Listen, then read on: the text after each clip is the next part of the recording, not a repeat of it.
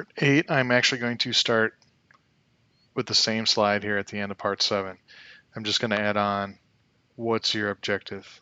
Okay, it's going to depend on how you're going to use GRT, right? So we just tuned the powder profile in GRT to the 5 shots of Varget, 5 shots N150, and depending on what our objective is, it's going to depend on how we're going to test further, right? So for this example, I'm going to use a 10-shot ladder and a single charge at 77 degrees Fahrenheit because that's the temperature, or pretty close to the temperature it's going to be tomorrow that I plan on going to the range.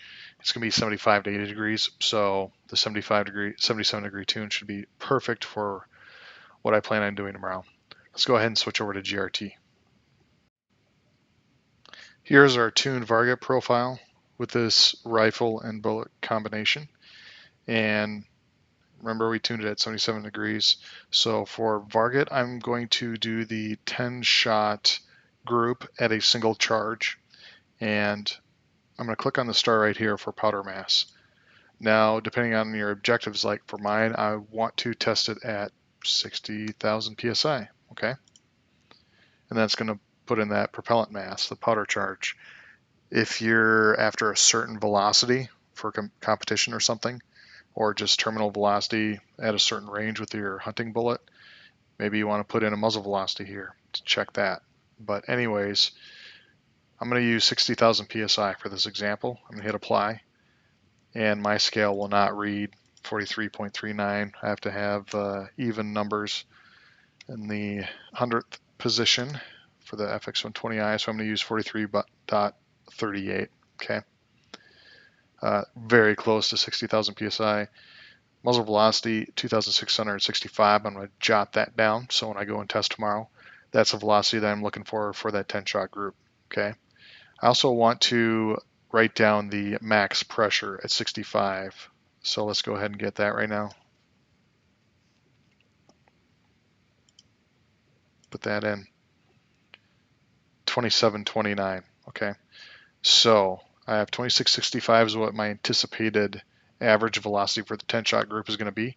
And if I see 2729 or creeping up on 2730, I'm going to stop shooting because that's the pressure I don't want to go over, the 65 psi, 65,000. Okay, I'm going to hit Control Z to undo and go back to the 4338. And so you're 96.5% load ratio. That's really good. Just keep in mind this load ratio is using the fired case volume. Okay, so when you actually resize your brass and you go to fill it up, your load ratio will actually be 1 to 2% higher. And you can test that if you want, or you can just believe me, it's going to be 1 to 2% higher. Okay, so keep that in mind if you're approaching 98, 99, 100%. At 98% here, you may start to hear some crunch as you may start to compress the powder in your loads. Okay, just a little tip there. Go ahead and save that. Now let's go over to the N150 and let's see here, a ladder. I already put it in here, 45.5. My starting load for the test was 42.5 grains, but I wanted to test just a little bit higher in the ladder. So I put my max at 44.5. That gives me about 63,000 psi at 77 degrees. Okay, and then what I did is I went through each step here and I wrote down what the estimated velocity is going to be at every step here. I'm only doing one shot at every charge weight. So obviously, you know, as long as I'm within the SD or ES, but you know, really the SD should be pretty close. Okay, and then again, I want to know what my max pressure is for this ladder in case something goes wrong. I tune the powder profile wrong. I gotta know where to stop. So 65,000. Plug that in. 2684. So if I approach 2684 during this ladder, that's when I'm going to stop. Okay, and you could be at the top here, and maybe your ES naturally spikes up to that, or maybe right here it spikes up to that. I might just stop. But since I wrote down every velocity for this ladder, as I'm shooting, I'm going to start at the bottom, work my way up. I can see if my average ladder is above or below or pretty close to the estimated velocities here in GRT. So Remember to always stay safe. Now I'm going to go to the range tomorrow and report back the results. Here I am back from the range, and this is a great opportunity to show you what happens when things don't go as planned, because my buddy Chris uh, that night called and said, hey, why don't you come to my range with me tomorrow? I said, sure. And we went to the range, and it was 50 degrees out when I started shooting, so not the 77 degrees. So we'll take a look at that later on. But I wasn't worried with my charges, because when it's colder out, it's going to be less pressure, lower pressure. So I was very confident I was going to pressure out with these charges. But nevertheless, with each shot, like this is the Varget 10 shot group at a single charge weight of 43.38, I still cooled the barrel 90 to 120 seconds between shots. Okay. I did not track where each shot landed with this, because it was just a 10 shot group. So when I marked it here in Ballistic X, it's just random. It's just how I marked it. But it did shoot pretty good. Like if this was a hunting round, mean radius 464 MOA, and then 1.92902 overall MOA. It's pretty good. It's pretty decent. I'm probably not going to pursue this any further, but a couple of interesting things happened with the shot group. So one, you can see the average velocity was 2647. Okay, and remember I said it was 50 degrees out. And let's see if I can pull this up. There we go. So I use the Athlon Rangecraft. These are the results, and right away you can see this one spiked down, and I'm actually going to remove this shot from the overall average, because in between these shots I was actually moving the rifle a little bit to get a little more comfortable position when I was shooting, and my chronograph ended up right underneath my rifle, very close to my front rest, and so I don't think it even picked up the bullet until it was whatever distance away from the muzzle, and I think that's why the velocity is so low. But it was the only shot that I recorded where the chronograph was not to the side of the rifle. So I'm 99% sure it was the position of the chronograph for this one. So I'm going to throw this one out. And if you remember, during the N150 workup to tune the profile, my third shot was a lot higher than the other four. That was this piece of brass right here. So these first five were the Varget brass. These next five were the N150 brass, and I shot them all in the same order just to keep track of the brass in case I had a goofy piece of brass. Well, there's that goofy piece of brass again, shooting much higher than the others. So this piece of brass is going to go out of the rotation, and maybe as a fouler. But I'm also going to remove this data point from the average velocity, just so I can get a better picture of how this Varget is working. Okay, so if I remove this shot and this shot, I'm going to cross out lines 7 and 8. Okay, and this is more realistic, because before I had a standard deviation of 32 and a spread of 126. Now the ES is down to 51. This is standard deviation at 15.3, right? So this is kind of what I expected to see with this 10 shot group. And remember, the more shots you fire, this is not going to go down. It's only going to go up, right? And I also want to point out the anticipated velocity was 2,665, and here I am at 51. So again, this was at 50 degrees Fahrenheit. I planned for 77. Let's go back in GRT and see how close we were. Here's our Varget 10 shot profile right here. Tuned for 77 degrees. Let's drop it down to 50, which is where we actually shot at.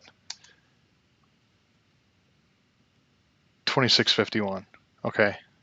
Can you get any more precise than that? I mean, that's incredible. I did not actually anticipate it to be that close. I have seen, this is again using the default powder temperature profile here. So you can change it if you click on the star. If you shoot in a cold temperature, shoot in a hot temperature, and you have your baseline here, you can put it in, and it'll give you new temperature coefficients. But for Varget, I mean, that's spot on. So again, garbage in, garbage out. You were doing it wrong before, and this should help you. All right, to the feet per second. That I did not anticipate that, but usually it's within, I would say, 5 feet per second. But that's spot on. So now let's go look at the N150 shots. when I shot the N150 ladder, the 10-shot ladder, low to high, I actually had a little bit of time in between where we went down range, checked our targets. So it warmed up. It was 57 degrees when I shot this ladder, and I was still, chilling the barrel, minute and a half to 2 minutes between every shot. This shot right here, this 338 Federal shot, ignore that. This was well after I shot this 10-shot ladder, and it was a flyer when I was trying to sight in the rifle because I just spun that barrel on and I was trying to line the scope. So yeah, ignore that shot there. You can see it's a little bit bigger than these. So yeah, we'll get to that in another video probably. But yeah, the N150 did not disappoint. Obviously, the velocities were slower than I predicted because it was only 57 degrees. If you look at the Ballistic X, 0.498 MOA, or if I say MOA, don't be offended because 25 years in the military, I think of military operating airspace. But yeah, 0.498 MOA for the mean radius. That's pretty good for a 10-shot ladder of 10 different charge weights. And then here I have a group size of 1.31. So that's also very good. If this was used for hunting deer, this is really acceptable. And I mean, looking at this, I might even see if I can get these 178s to shoot a little bit better. I actually really like shots 1, 2, 3, 4, 5, 6. I mean, that's probably about an inch MOA right in there with those 6. And then 7 spit out, and then 8, 9, and 10 start tightening up again. So I think I have a lower window down here, somewhere around shots 4, 5, and 6, and I like how flat that is. And then right up here, 8, 9, 10, I might be in that shorter window where I'm near max pressure. So I might pursue it a little bit farther down here around shot 5, 4, 5, and 6.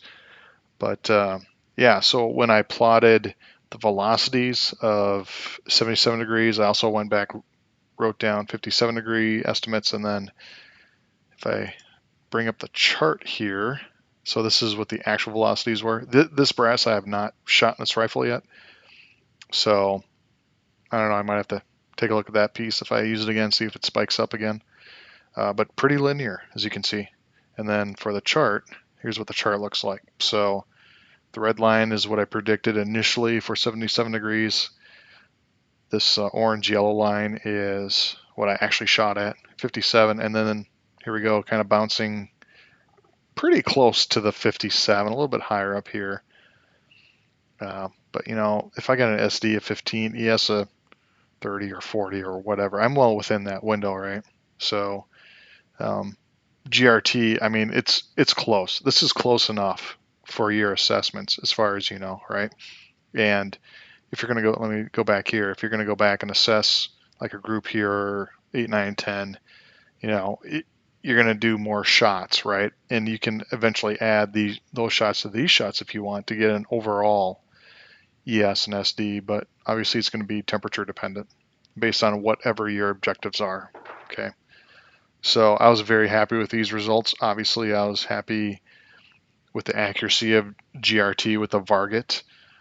I will point out that GRT was initially developed starting out around the 308 and 6.5 Creedmoor cartridges, so they may be more accurate as far as their predictions. But the powders, they did a lot of testing with the powders just to get the default profiles. So you still can't trust them in your rifle, right? You still have to do that baseline load, that safe load to tune it.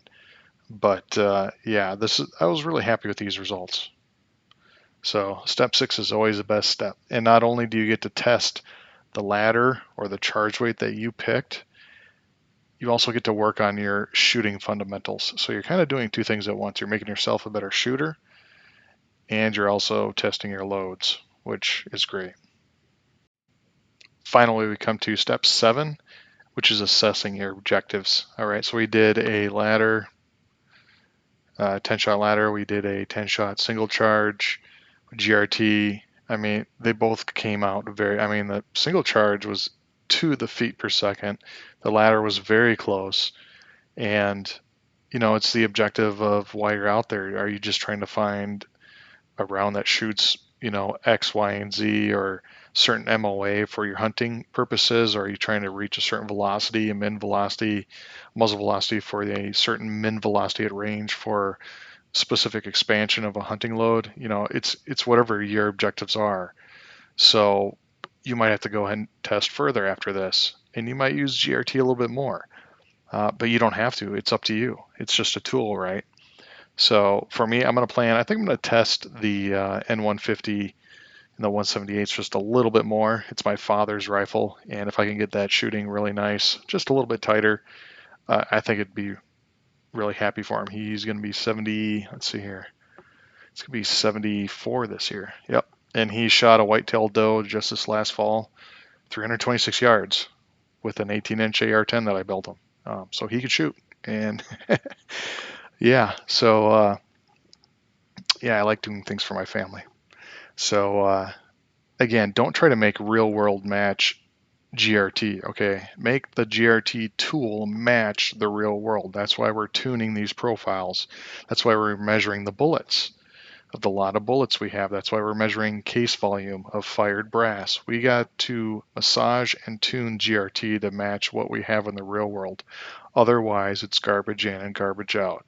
Don't use the default powder profile ever to be safe. Make sure you look up some safe loads with published load data. There's various sources you can go to, but just start out with common sense, and especially be careful with. I heard H1000 Rotumbo. Haven't loaded my magnums yet, but I heard the slower powders are way off. So again, use a common sense load when you first start out, and you're going to tune it, and be safe. All right.